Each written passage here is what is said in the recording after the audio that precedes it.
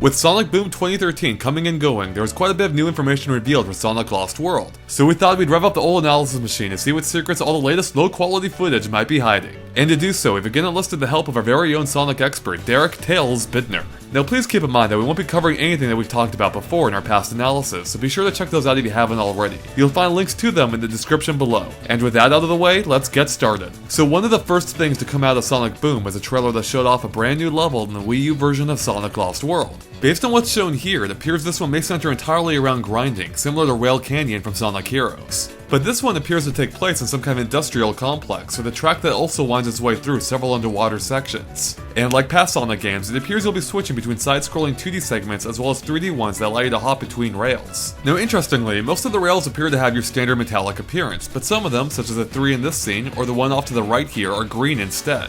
Does this signify something different about them? Well, probably not, at least as far as we can tell, especially because past Sonic games also had different colored rails that acted the exact same. Although the color contrast wasn't quite as big as it is here. But there does appear to be something new here. Minecarts, of which we see two different kinds on display. The first is yellow and filled with yellow cubes and rings. And if we slow down this clip, we can see that they appear to be dragging rings behind them that are ripe for the taking. And on top of that, if you watch the minecart on the right here, it appears to move backwards just before the scene changes. So it looks like they'll be able to switch directions on the fly too. Oh, and while they may not exactly be enemies, they can certainly still be destroyed as shown here. Now as for the second minecart type, this one's gray with some kind of red object inside it. But this time the player purposely avoids destroying it and jumps over it instead. Was this just a player's choice, or could it mean this type of minecart might be unbreakable or damage you in some way? And speaking of things that can hurt you, we get a look at a couple of new enemies in this level. First up is this underwater eel-like creature, which appears to be brand new. And then we also get our first look at the return of the nebulous enemy from Sonic 2. But we actually get a better look at them in this clip from the casino level.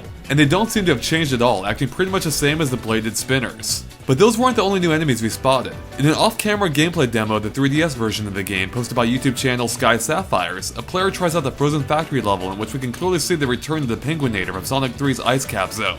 The level itself also hides a few surprises, such as how Sonic will snowboard once again, at least in the 3DS version. But it does appear that the player will now have more control than the snowboard sections of past games, as he can now control the speed with the shoulder buttons. So even the 3DS version of Sonic Lost World really does seem to be emphasizing having a real sense of control over just how fast Sonic can go in all kinds of situations. We can also see that tricks are back, but we're not sure what for. In past games, they would add to a score or boost meter, but neither of those are present in Lost World. Maybe they're automatic this time and just there to showcase Sonic's personality? Now later in the level, after Sonic ditches the snowboard, we can see that you'll encounter all kinds of elements throughout the stage. At first, it just seems like a snowy version of Windy Hill's first stage, but it's not long before we see gears acting as stage hazards and changing up how Sonic platforms. And it's not long after until he'll have to roll snowballs in order to activate pressure plates that will perform some kind of action.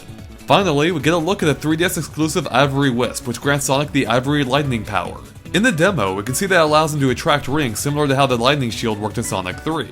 And beyond that, he can attach himself to special coils that allow him to cross to otherwise inaccessible areas. Speaking of wisps, a Famitsu interview with the game's producer revealed two other ones exclusive to the 3DS version, the Grey Wisp and the Red Wisp. The Grey Wisp will grant Sonic the Grey Quick ability, turning him into solid rock. He can use this ability to push stuck switches, crush enemies, and even roll around by tilting the 3DS's gyro sensor. As for the Red Wisp and its Red Burst power, they're actually returning from the DS version of Sonic Colors and the 3DS version of Sonic Generations. And based on this screenshot, we're going to guess it'll function just as it did in those games, turning Sonic into a fireball and allowing him to unleash explosions. Alright, that's enough about the 3DS version, because Sonic Boom also revealed the full cutscene from the Wii U version that was hinted at during the recent Nintendo Direct. And it gives us quite a few more insights into how the story will play out. Now we already know that Sonic travels to the mysterious world of Lost Hex, where he learns that Eggman is teamed up with the Deadly Six. But they soon betray him, forcing Sonic and Eggman to work together to stop the rampaging monsters. Now during this cutscene, we can see and hear Eggman berating the Deadly Six for disappointing him, suggesting this is where their relationship falls apart, as we speculated before. Which would also suggest that Eggman has full control of them during the game's first world, being Windy Hill. We also learn that Eggman is controlling the Deadly Six with some kind of horn, at least before Sonic disarms him. This then allows the Deadly Six to psychically take advantage of Eggman's entire robot army. But somehow we doubt that's the last we'll see of that horn. Maybe it's something that Sonic's actually looking for as he goes level to level.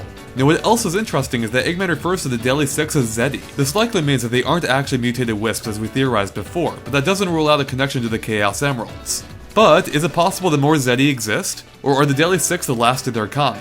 And then there's Tails. Now while it doesn't do much in this cutscene, we see that he still has his Miles Electric device from previous games, only it's missing the translation antenna from Sonic Colors. This time he uses it to analyze Eggman's horn, but does it serve any other purpose too? It's also interesting that despite being introduced several years ago, the device looks remarkably similar to the Wii U gamepad. How convenient is that? And there's still one final detail brought to our attention by one of our fans, the Luigi dude. He noticed that in this cutscene, while talking to the Deadly Six, Dr. Eggman says this: I even give you a giant sandwich, and you still disappoint me.